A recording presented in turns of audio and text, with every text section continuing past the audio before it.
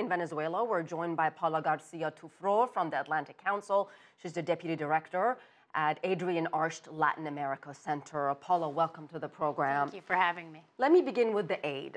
As much as Venezuela needs this aid, is it fair to say that both sides have politicized this issue?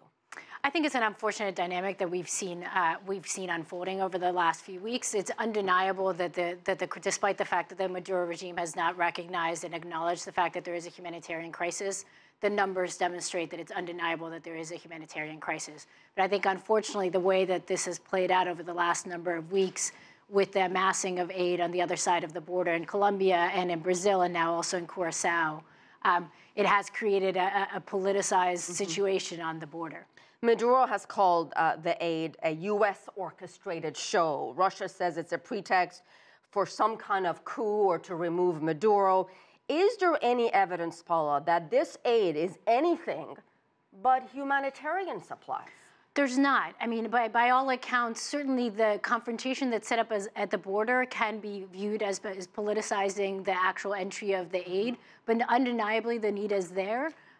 The aid that has been sent to the region, in fact, matches the need, so it focuses heavily on food, medicines, and the very basic needs that the Venezuelan population desperately has. And self-declared president and opposition leader Juan Guaido has avowed one way or another to bring this aid on Saturday, tomorrow. How is he going to pull that off?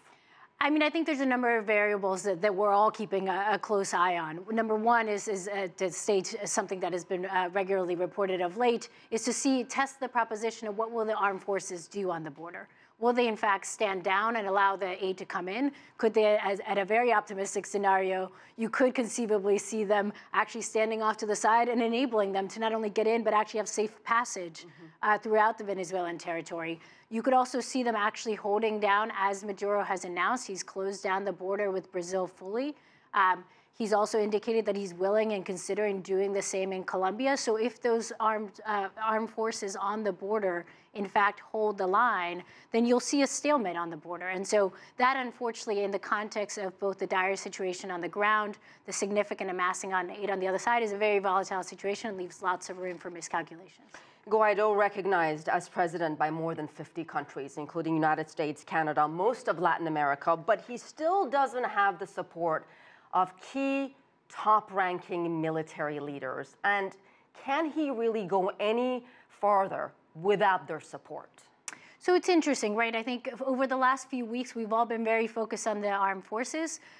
It's important to note that it's not a monolithic group. So yes, the high-ranking officials are critical, but the armed forces are a combination of a traditional armed forces, militia groups, armed forces that have long been entangled with criminal elements, narco-trafficking elements on the Venezuelan territory. And so I think it's not as clear-cut do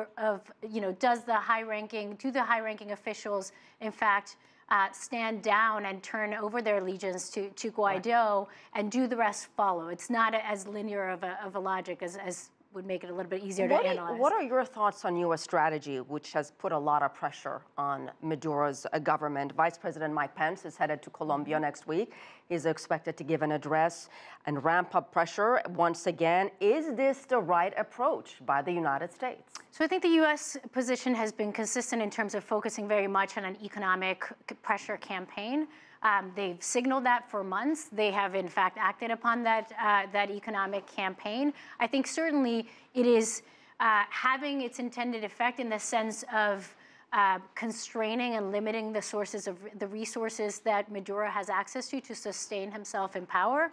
That allows him to, one, maintain significant patronage around him, to maintain loyal support of elements around him. It allows him to also prioritize the support of the military by virtue of those services and patronage that he does prioritize to the armed forces.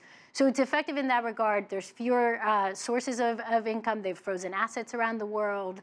They've identified additional assets that they're working with other countries to freeze. They've taken steps, obviously, in the United States. So it's certainly having that effect of limiting the number of resources that the Maduro regime has access to. All right, we'll leave it there. Paula Garcia Tufro, thank you so much. Thank you.